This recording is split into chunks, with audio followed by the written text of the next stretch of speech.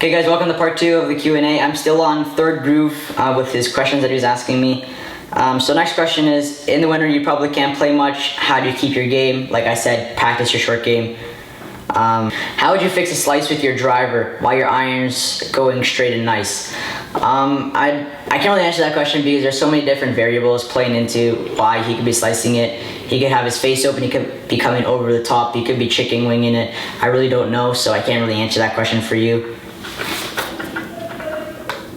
So thanks, third group, for giving me all those questions. Appreciate it. Do a video on what you do on the range and how you practice. I've already done a video on that. Please check it out. And how do I get height on my driver? There's a lot of different reasons why I get height on my driver. Probably most important is because I tee it up and also swing up on the ball. But I wouldn't say I hit my driver extremely high compared to other people. I'm more of a penetrating ball flight because I gotta get through the windier conditions when I play in Canada. So I don't hit the ball extremely high. So I can't really answer that question in too much detail. Can you do a day in the life on a weekday? No, because I'm in school and I can't bring my camera to school. Can you do a giveaway? No, I don't do giveaways on my channel. It's not something I like to do. What's your handicap? My handicap is a plus 1.4.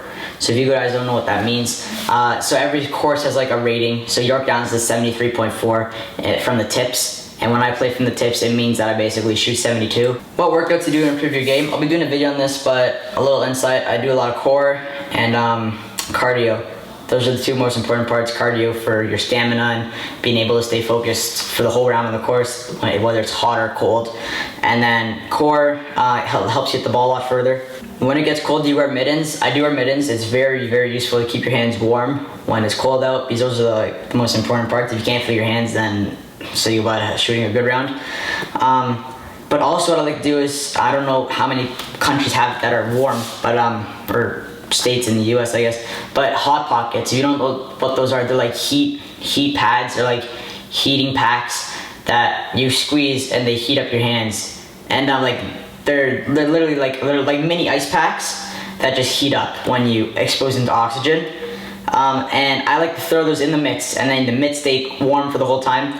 And then also I have like big Titleist mitts, so I put those ones in, and then I also throw a couple golf balls in each mitt so that my golf balls are staying warm, because when your golf balls when they're warm, they like compress more and then you get more distance, opposed to having a cold golf ball and it doesn't compress as much.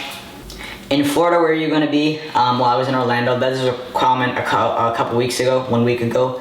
Where are you going to be? I'll be in Orlando, but that's already happened. So the next tournament I'm in is the Doral Publix, and then I'm going to be in Miami for that one. And then the next one is the CJJ at Innisbrook, and then I'm playing another Innisbrook Christmas Classic.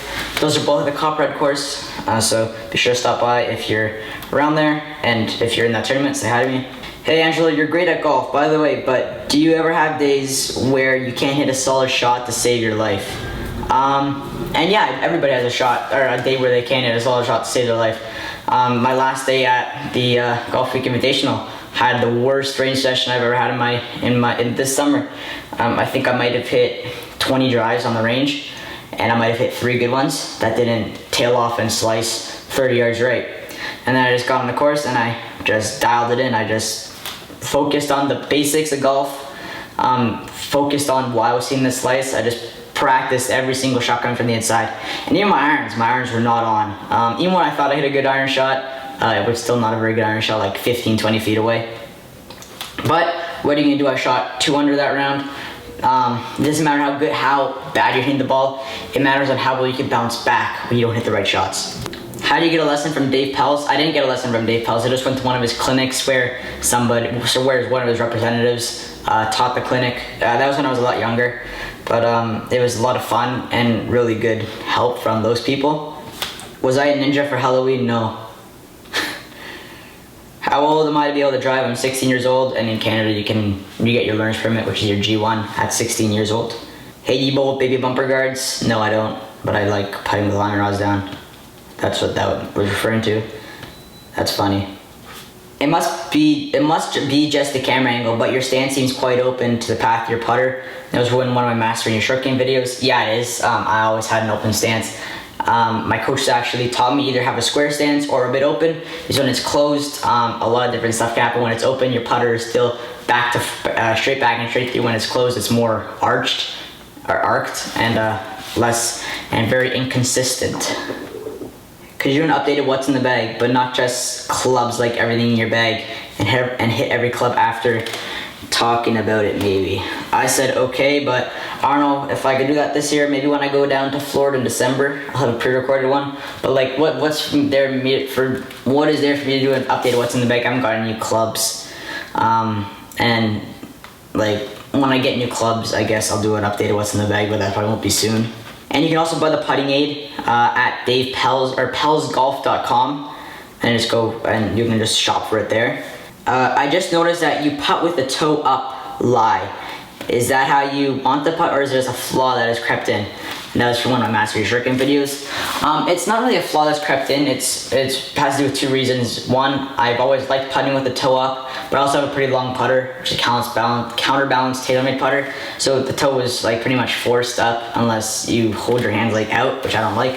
So I just let my hands naturally drop. But also I was wearing my shoes, so the shoes put on like 2 inches, which help get the toe a little bit more on the ground. Are you homeschooled or do you go to school? I go to school, and I am not homeschooled. What waterproofs would you recommend? I don't know, like Adidas, Under Armour, Nike. I have Nike rain pants and a Nike rain jacket, but I don't like wearing the rain jacket because I find it restricts me too much. So I have like an Adidas short sleeve jacket that works really well. But yeah, Under Armour, Nike, Adidas, really all golf brands make pretty decent rain gear. And if you don't like it, just make sure you try it on before you buy it. How did I get the putting green in my basement, and also what company and how much was it? We got the putting green in because we hired a company to put it in. I think the first step that they did was kind of just like sketch rough design, and we already had like a rough design filled in because when we built our house, we knew what we were like gonna put everywhere. So the rough design was already done. So all they had to do was just make a nice design.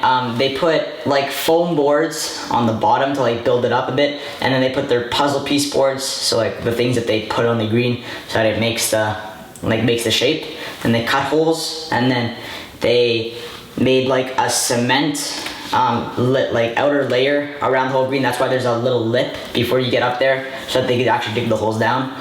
And then after, they just laid turf all over it. And how much was it? I don't like disclosing prices for anything that I have in my house, just because that's something that I like to do. You can do your own research on that. As well, prices will be different for everybody. Do you like TaylorMade clubs, or are you just sponsored by them? I love the M1 driver, by the way.